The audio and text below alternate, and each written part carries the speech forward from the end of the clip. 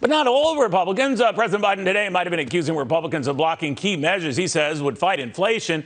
But just last night, he was praising at least two prominent South Dakota politicians for doing their part to do, well, some help and get bipartisan support at that. He was talking about Senator John Thune, the Senate Minority Whip, and Representative Dusty Johnson, the South Dakota congressman, both instrumental in looking at some of these shipping costs and how to get them under control. So, gentlemen, welcome to both of you. I don't know whether that's in your next campaign commercial, President Biden praising you there, but there he was, that you stood out on something like this. What drove you to it? First to you, Senator. Well, Neil, we were hearing from agricultural interests in South Dakota, exporters, about these challenges they were having getting containers to get their products to overseas markets. And it was coupled with all the challenges people were having, importers were having, getting goods into the country. And so these supply chain issues were becoming more of a prominent issue for people that we represent. And so ironically, yeah, two people from the middle of the country, House and the Senate, worked together to try and do something to clear up a lot of that congestion at the West Coast ports. And got this bill through the House, through the Senate. Dusty got it through the House and on the president's desk, and we're hopeful it's going to make a difference.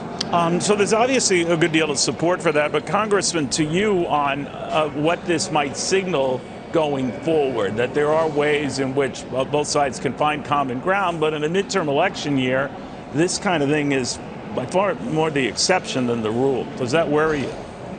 Well, I think that's why I'm so disappointed with the president's rhetoric. I mean, he's saying Republicans are trying to do everything we can to get in his way. Well, listen, if his idea of breaking inflation is just by spending trillions of dollars more, then yeah, we're going to stand against that.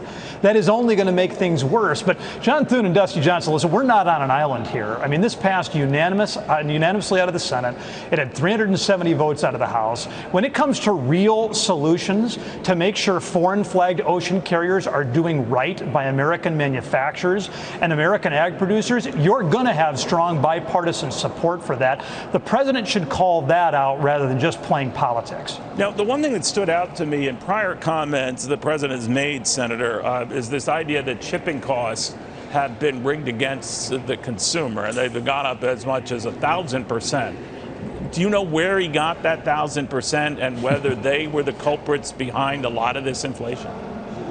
I think the culprit behind the inflation, as we all know, Neil, is excessive government spending, wasteful government spending coming out of the $2 trillion tax and spending spree the Democrats pushed through over a year ago.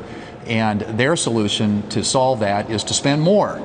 Obviously, they want to do another $5 trillion on top of that. So that, coupled with energy policies that have driven up the cost of gasoline, are the reason we have inflation. Supply chain issues, yeah, there's some issues around that, and our legislation gets at that. But at the end of the day, the inflationary pressures that we're seeing in the country today have everything to do with the president and his policies, and the American people are paying the price for that. All right, now, if you have these supply chain issues addressed, at least when it comes to shipping costs and all of that, I guess, Congressman, the question will be, is that immediate? In other words, will the impact of what you've put pen to paper ease at least that part of it? Because to hear the president tell it, it's taking a bad inflationary situation and gunning it, making it worse. Well, I would tell you that our bill doesn't do anything to fix pricing. I mean, we're not going to have Republicans be in favor of price fixing.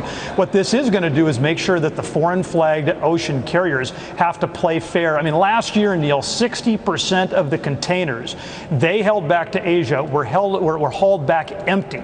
At a time when we had American ag products sitting there on the dock rotting, they were discriminating against American goods.